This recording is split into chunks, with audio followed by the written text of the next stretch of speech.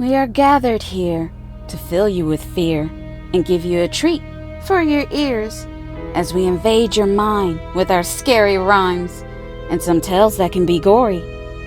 As you bear witness and sit here and listen to our poetic horror stories.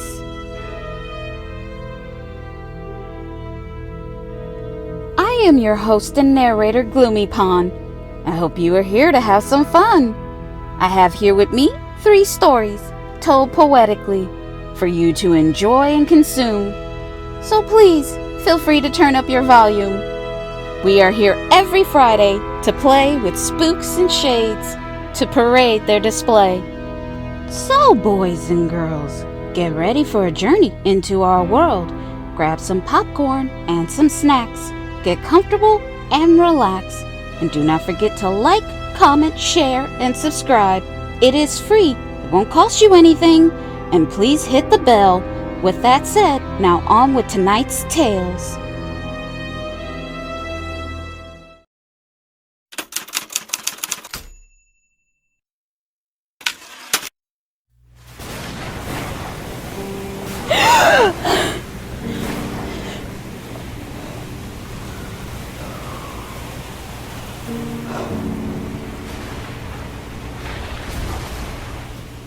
I keep having a reoccurring nightmare of me falling from the sky.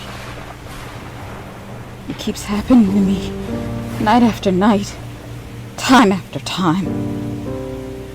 Where I'm falling from, I'm not quite sure. And when I wake up, I'm in my bed, safe and secure.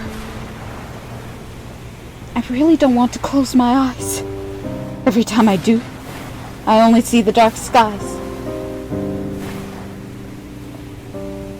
So here in my bed I lay, with my eyes open wide. Without any sleep, I feel tired. But sleep wants to take me over. I can feel myself falling back to sleep. And again, I'm falling from the sky. Falling faster and faster, getting closer to the earth, knowing I'm about to die. Wishing I could sprout wings so I could float down safely. But this never happens, and now I'm waking up as I'm getting closer to the ground lately. But I jump up from my dream before I hit the ground, as I snap back to reality as I look around. So now, I'm sitting up drinking coffee and watching TV, because I'm afraid to go back to sleep. I know next time what is going to happen to me. This may be the last day of my life. Because next time, when I close my eyes, I will continue to fall from the sky. But this time, I won't wake up in time before I hit the ground and die.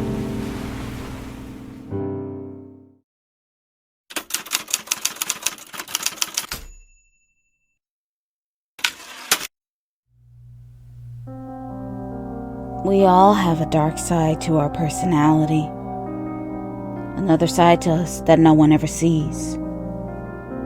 We all have crazy, dark thoughts that come across our mind.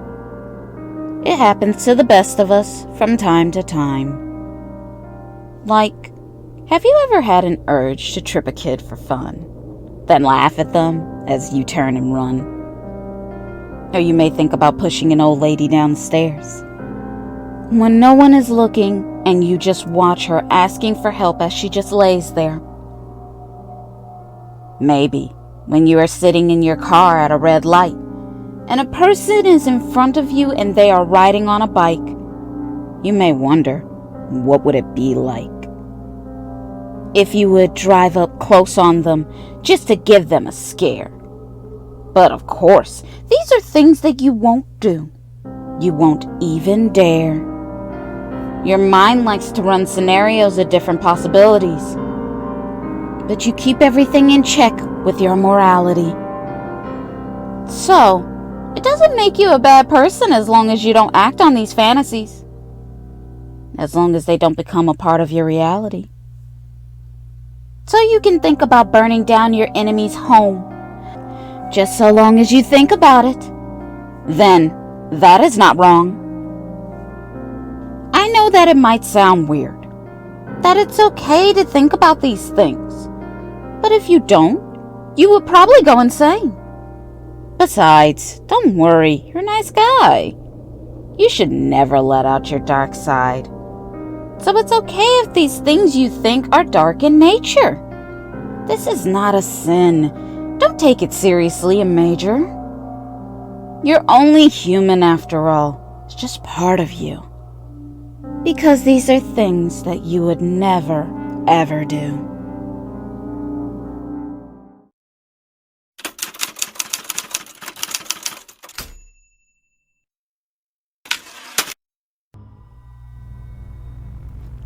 I am prima ballerina, and I dance for one of the most prestigious ballet companies in the world.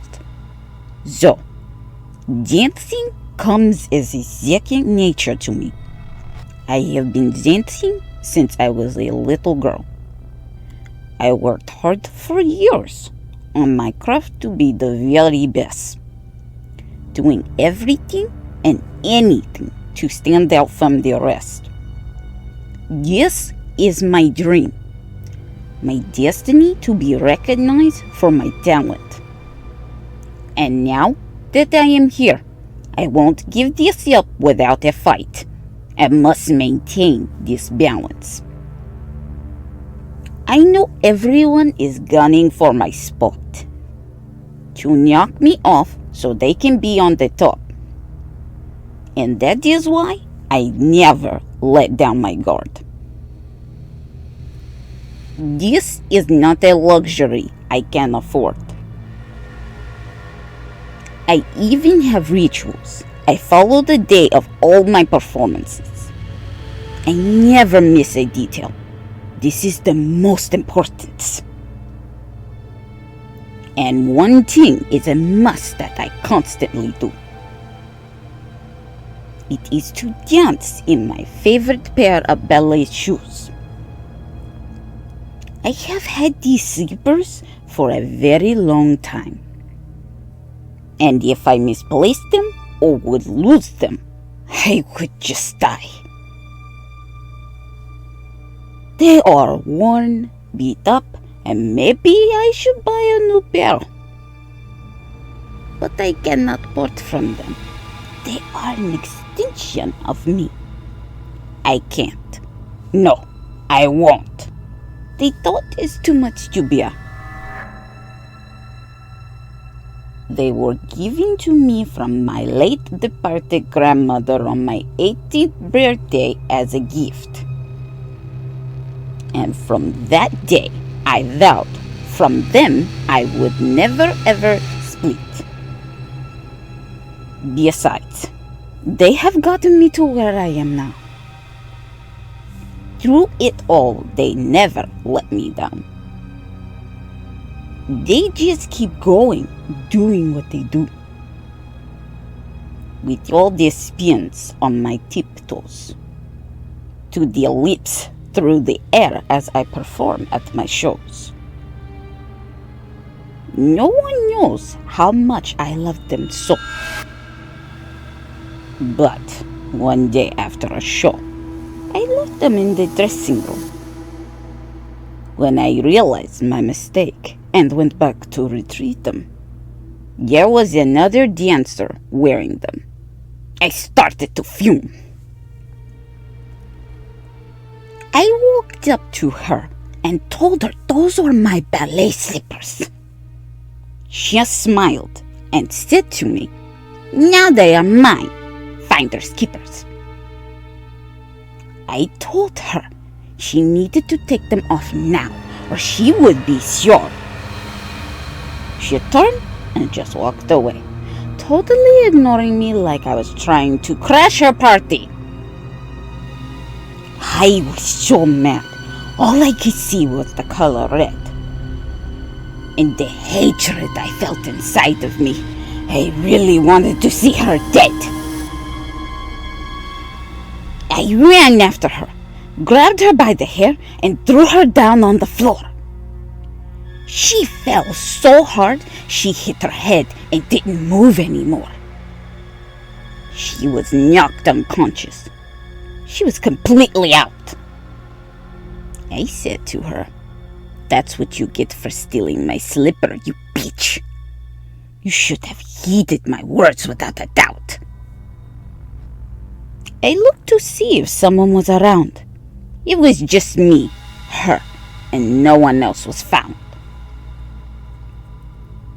I closed and locked the door to the dressing room to be away from prying eyes. I didn't want anyone to see. I want to take my time. I had this sharp knife I carried with me for my protection. I took it out and used it without any apprehension. I stood there as the blood pooled surrounding her. After that, my memory getting a little bit foggy. But I do remember taking my ballet slippers off her feet and placing them back safely in my bag and taking them with me. I heard she was found with 50 stab wounds. Well, that's what she gets for treating me mean and rude. Because when you're a prima ballerina for a prestigious ballet company, you have paid your dues. And no other bitch has the right to dance in your shoes.